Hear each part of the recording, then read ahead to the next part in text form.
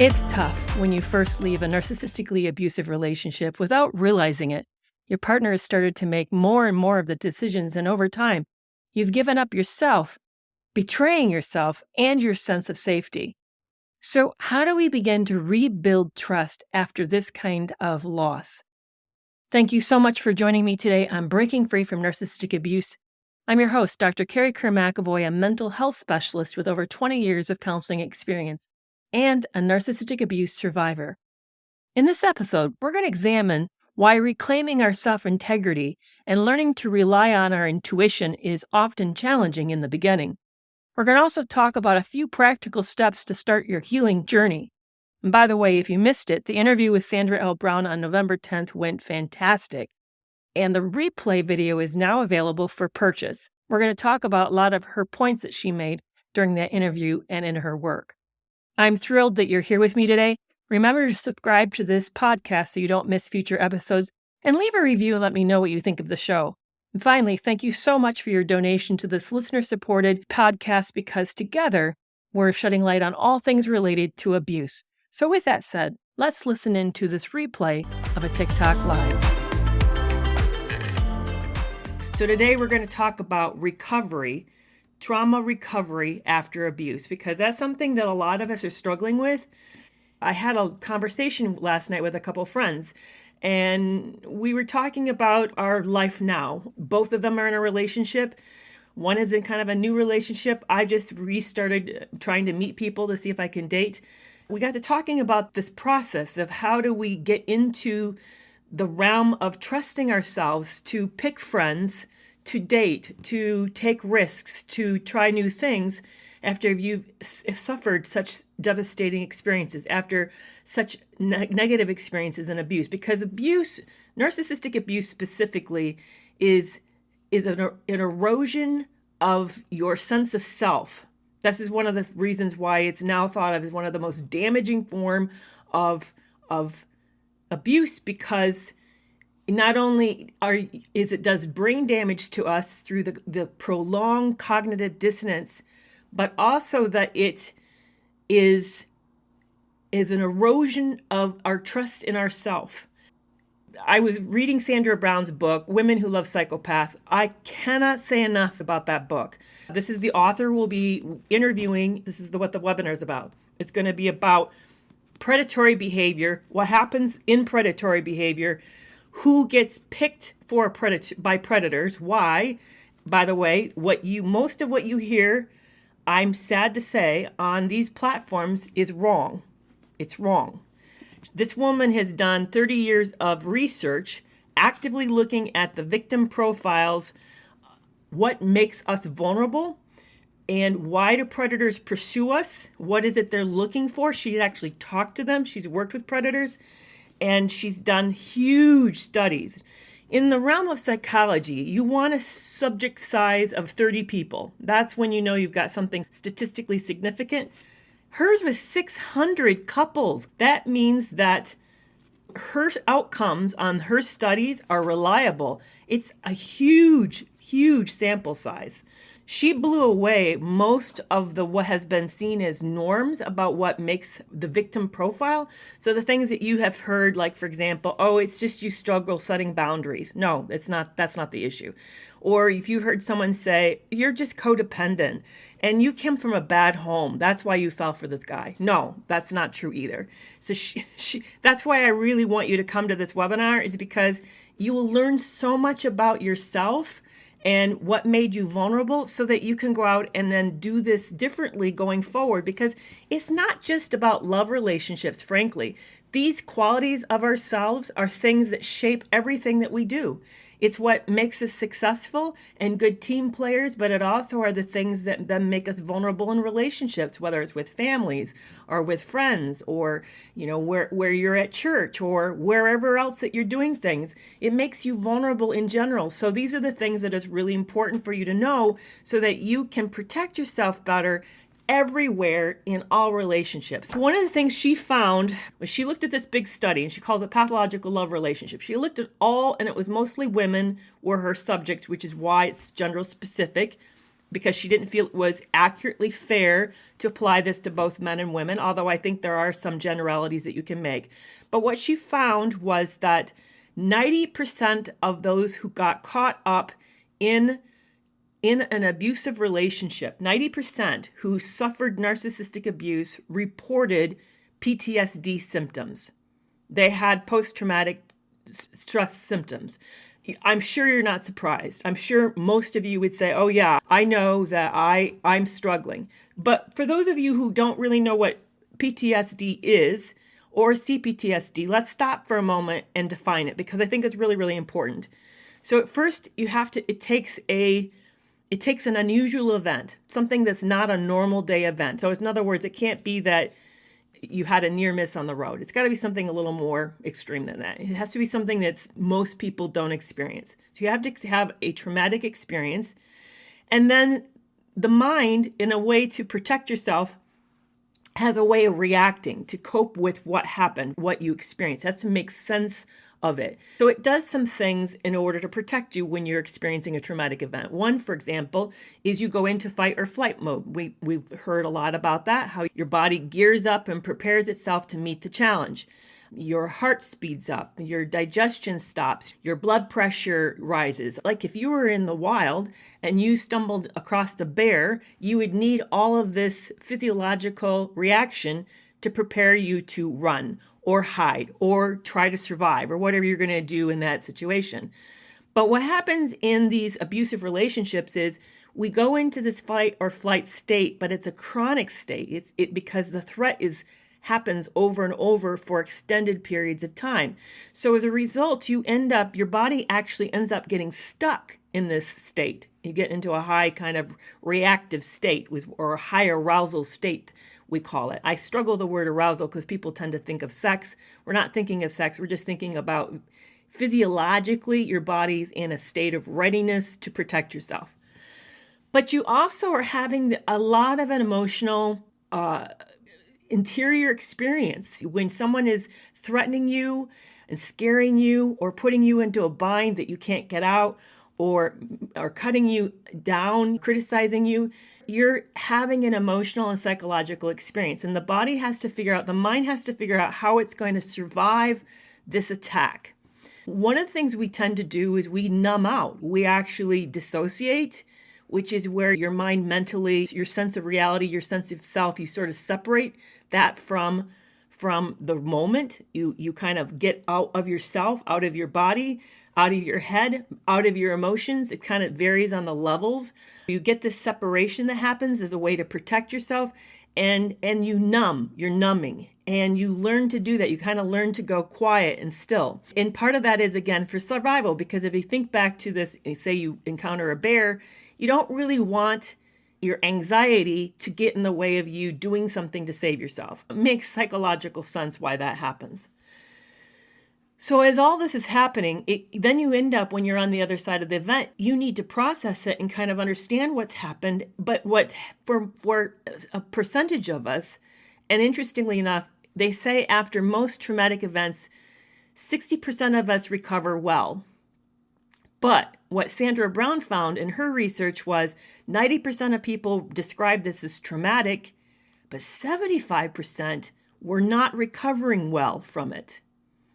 Isn't that interesting? So here, if you look at Bessel van der Kolk's information, he would say, because I got to hear him speak, I heard him say in a seminar that only 40% get stuck normally after high trauma. But Sandra Brown's reporting of the victims of these pathological relationships, 75% of us struggle to recover. Isn't that interesting? Now, unfortunately, I don't know the why. There's a lot about this. This is a very new area of research, and she's one of the few people who's actually doing much active research in this area. So there's a lot we don't know, and that's one of the areas we don't know is why is it so difficult to recover? Although I think, based upon me being a survivor of this and hanging out with all of you who are survivors of this, I can make some good guesses why this is difficult. But what happens for us after trauma, when we start to try to reclaim our life and step back into the world again, there's some problems we run into. One is our body continues to be stuck in this fight or flight mode. We continue to be in this hypervigilant state. And As a result of that, we continue to numb too much. We tend to be a little like dull to what we're feeling or knowing what we're going through. We also continue to struggle with a body that's stuck in high arousal, and that shows up with sleep problems. You probably are having weight problems. You may be finding that you're startled easily. So you're having that kind of that hangover from this that's happened. I know for me, for example, I'm a childhood survivor of extreme trauma. And then when my first husband was diagnosed with cancer, I developed severe insomnia. Severe insomnia.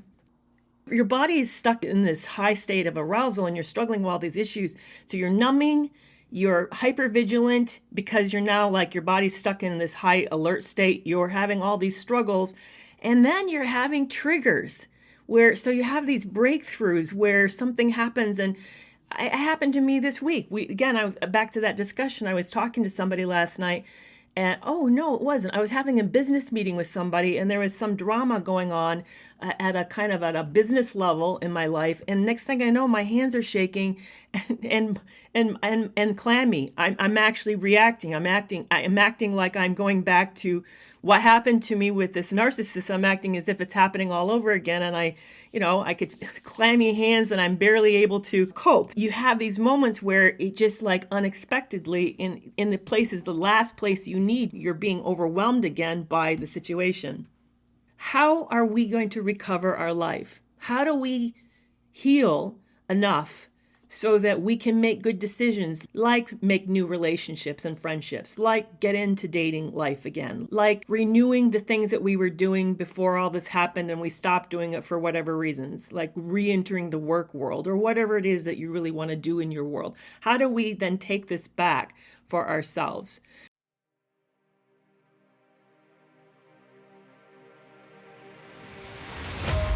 I had never felt more alone during the years that I'd spent in the abusive relationship. Shame and fear cut me off from the rest of the world and made it difficult to share what was going on. Are you going through something similar? If so, then you're going to want to read my book, Love You More, The Harrowing Tales of Lies, Sex Addiction, and Double Cross. It's a true story of what happened to me. You'll discover that you're not alone and that you'll find out also what it took for me to finally escape. You can buy the book at all the major online stores or buy it directly from me and get a discount. For info on where to get your copy, please see the link in my bio. How do we stay safe? Now, interestingly enough, I just put out a video yesterday saying I was wrong, that I've been doing Sandra Brown's book, How to Spot Women Who Love Psychopaths, which I highly, highly recommend. And I know, by the way, it's expensive. Somebody commented on why does she charge so much? Well, it's packed with research. I'm sure this book took years to write. My book took 3 years to write, and it's my story. I can't imagine the amount of work that went into this book to put it together. One of the things that you've been hearing on social media, and I need to make a correction because we've been telling you wrong. We've been telling you that after you get out of these relationships, you have had a big course on toxic people and that you probably see things differently. And if you learn to trust your gut and really listen to yourself, then you'll make better choices. And interestingly enough, you all were telling us that's probably not true, that it wasn't working so well for you, but we kept saying the same thing. Well, Sandra Brown's research agrees with you. It isn't that simple.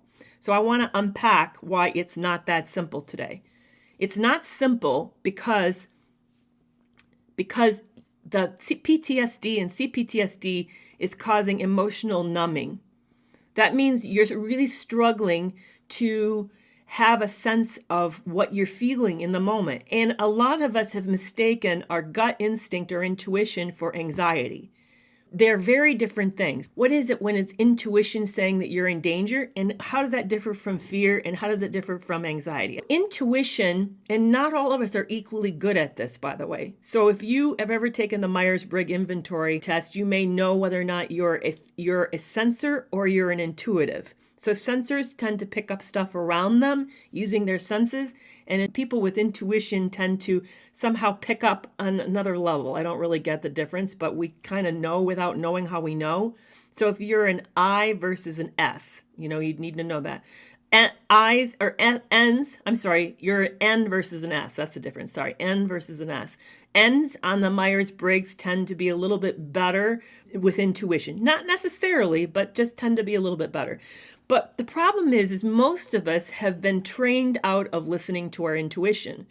There's a really great book by Gavin DeBecker that Sandra Brown talks a lot about. Gavin DeBecker works with crime victims, serious crime victims, and he goes back and recreates the moments and when they knew something was wrong and what was it they picked up or didn't pick up, because he's trying to find a way to make us safer in general. And so it's a fascinating book. It's called The Gift of Fear. I highly recommend it. Our problem is most of us have been taught early on not to trust our gut. We don't even know what the gut feels like. But what it is, and I know you've probably had these experiences, and that is, it's when you have the hair raise on the back of your neck, or you start to have goosebumps, or you're having that twisted, funny, sick feeling in your stomach. Those are the moments where you know something's wrong, but your brain hasn't caught up enough to be able to tell you why it's wrong. You just know something isn't making sense. There was a victim in his book who survived a rape from a serial rapist who usually killed his victims, but she somehow got herself out of the situation and didn't get killed.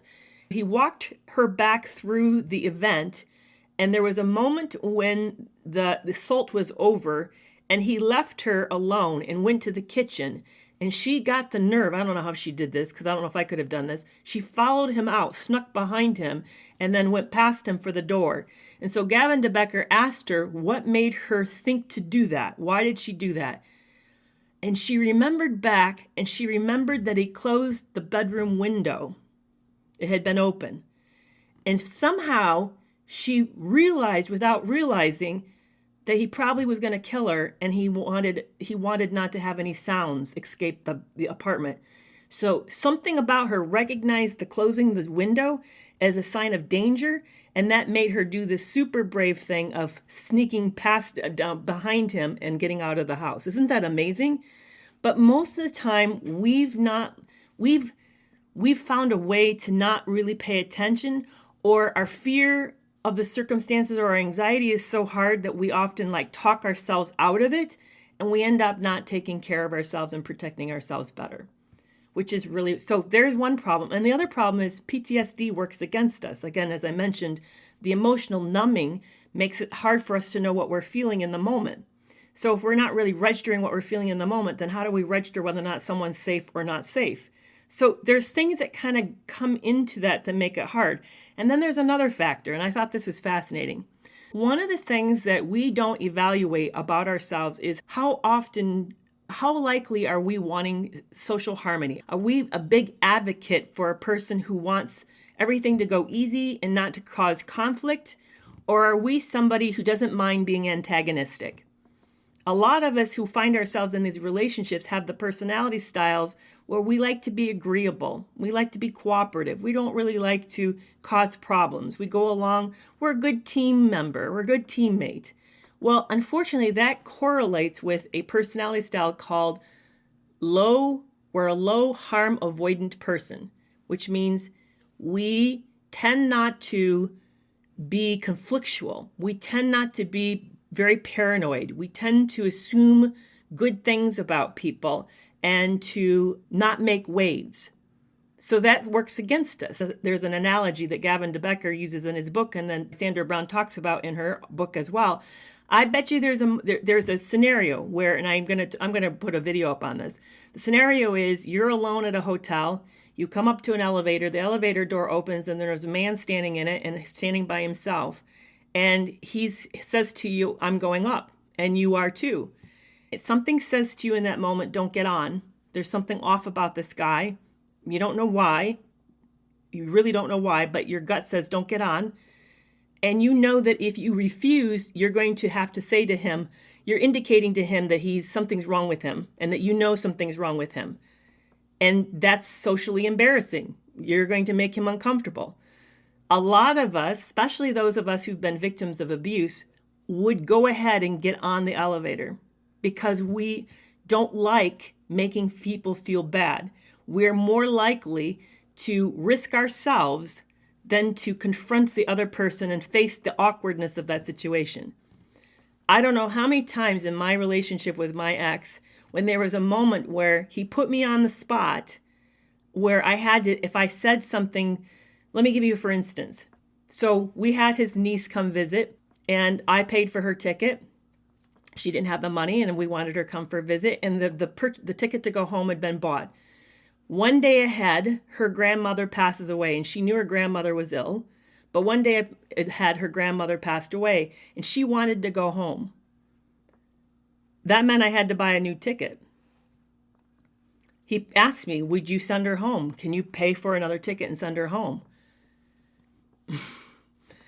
I wanted to say, she can wait a day. I know it's bad, but she's not going to miss the funeral. It's a couple days away.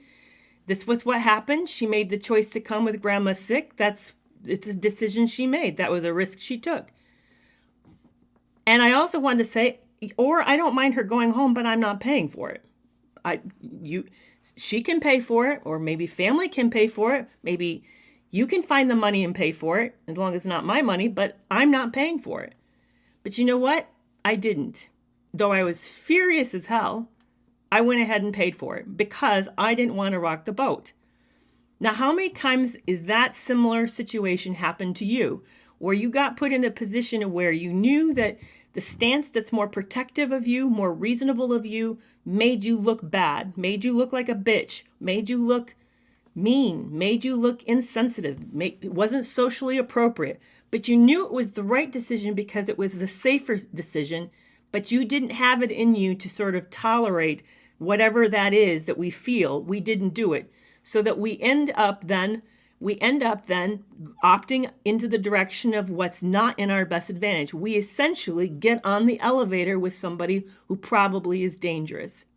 So all of these factors, I know I've identified 3 factors, work against us after recovery from abuse. So what do we do about that? How do we then, if we're numbing, we're not good at harm avoidance, not very self-protective, and if we tend to be, what was the first one that I mentioned? Yeah, we're struggling with PTSD.